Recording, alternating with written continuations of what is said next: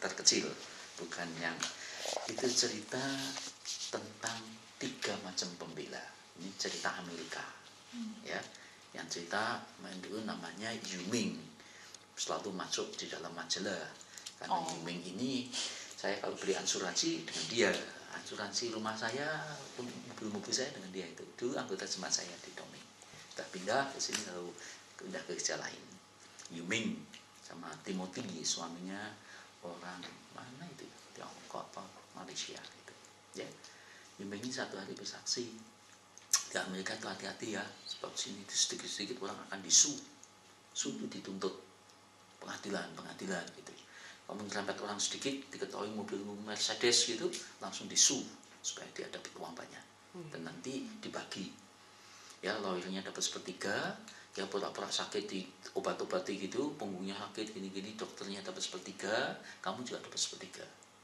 Yang ngajari lawyernya malah. Itu ya di sini. Ya, mereka tahu semua sih, banyak gitu-gitu ya. Kita juga pernah dulu diajari mau begitu, cuma kita nggak mau ya. Berkat Tuhan sudah melimpah, ngapain mesti berbuat begitu gitu. Ya, jadi pembela itu ada 3 macam ya. Kalau kita dituntut gitu harus pergi ke pengadilan, pembela pertama itu ngomong gini, Lena jangan takut, hadapi aja, saya jaga rumahmu, saya jaga dengan baik, semua akan berkecukupan, dapur akan tetap mengepul.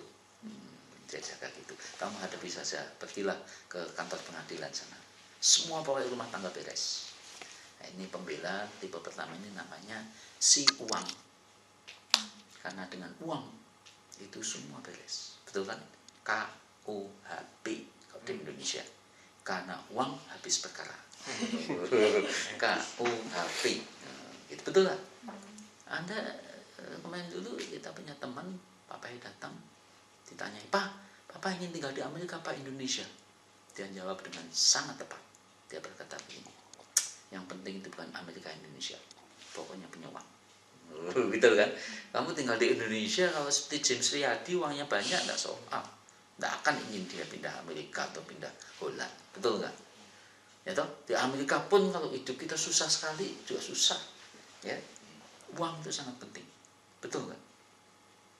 Bisa untuk sekolah, bisa kalau sakit ke dokter, rumah sakit, mau terbang kemana bisa, betul nggak? Itu pembela yang luar biasa.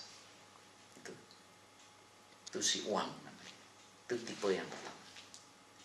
Pembela yang kedua, dia berkata gini, Lena, kamu disu, tuntut, nggak apa-apa, saya anterin.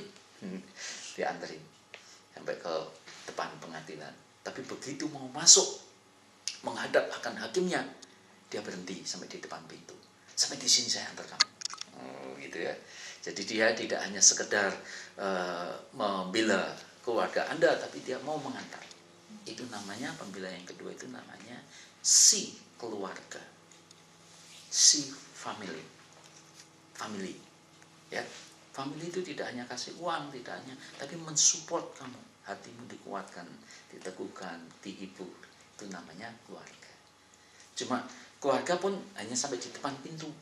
Sebelum Anda nanti menghadap pengadilan Tuhan, meja putih di hadapan Tuhan, ya, kalau Anda mati kan menghadap Tuhan, betul kan?